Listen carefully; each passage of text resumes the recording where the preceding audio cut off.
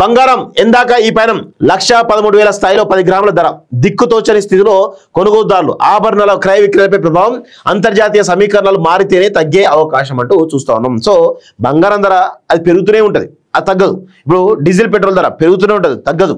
ఇవన్నీ ఏంటంటే అంతర్జాతీయ సంబంధించినటువంటి విషయాల్లో ఏమైనా మార్పులు వచ్చినప్పటికీ కూడా ఇవి తగ్గవు. ఎందుకు తగ్గవు అంటే ప్రభుత్వాలకు ట్యాక్స్ రూపంలో డబ్బులు కావాలి. ఎప్పుడన్నా ఏమైనా తగ్గించారా? ఏదో అరొక తగ్గిస్తారు, మళ్ళీ పెంచుతూనే ఉంటారు. సో ఇప్పుడు ఏం జరుగుతుంది?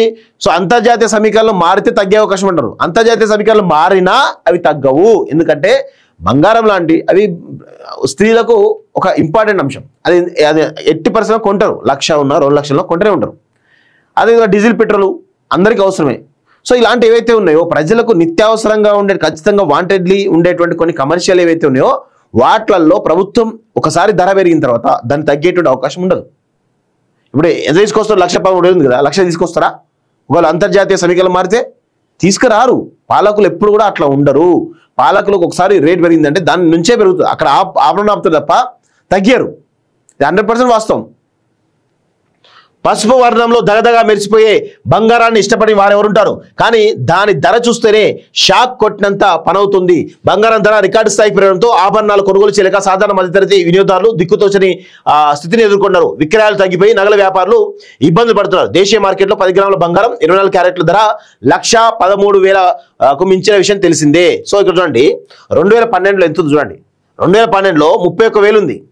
2013లో 29,600 ఉంది, అంటే చూడండి తగ్గింది కొంచెం. 2014లో 28,000 ఉంది. 2015లో 26,000 ఉంది. 2016లో మళ్ళీ పెరిగింది, 28,000 అయింది. 2017లో 29,000 అయింది. 2018లో 31,000 అయింది. అంటే 2012 నుంచి 2018 అంటే 6 సంవత్సరాల గ్యాప్లో ఎక్కడికైతే ఉందో మళ్ళీ అక్కడికే వచ్చింది. సో ఇదంతా జరిగింది. సో మళ్ళీ చూడండి, 2019లో 35,220, 2020లో 48,651, అంటే కరోనా టైంలో విపరీతంగా 13,000 14,000 రూపాయలు పెరిగింది. 2021లో 45,720, 2022లో 52,670, అంటే 4,000 పైన పెరిగింది. 2023లో 65,330, అంటే 2022-23 మధ్యలో 13,000 పెరిగింది. అదేవిధంగా 2024లో 80,450, అంటే దాదాపు 15,000 రూపాయలు పెరిగింది. ఇప్పుడు చూడండి, 80,000 నుంచి 1,13,000, అంటే 33,000 రూపాయలు పెరిగింది. సో మళ్ళీ తగ్గుతుంది అంటే ఏం తగ్గినా అరొక్కర తగ్గుతుంది తప్ప ఎక్కువ తగ్గదు, 100% తగ్గదు. సో అంత కొంత ఇక్కడ తగ్గినట్టుంది, కానీ ఇక్కడైతే తగ్గే పరిస్థితి కనబడతలేదు. సో బంగారం ధర ఇప్పటికే అందనంత ఎత్తుకు పెరిగింది. స్వల్ప కాలంలో ఇంకా ఎక్కువ పెరగడం కష్టమని పెట్టుబడి వ్యవహారాల నిపుణులు పేర్కొన్నారు. ఎక్కువ పెరగడం కష్టమే, కానీ తగ్గుతుందా?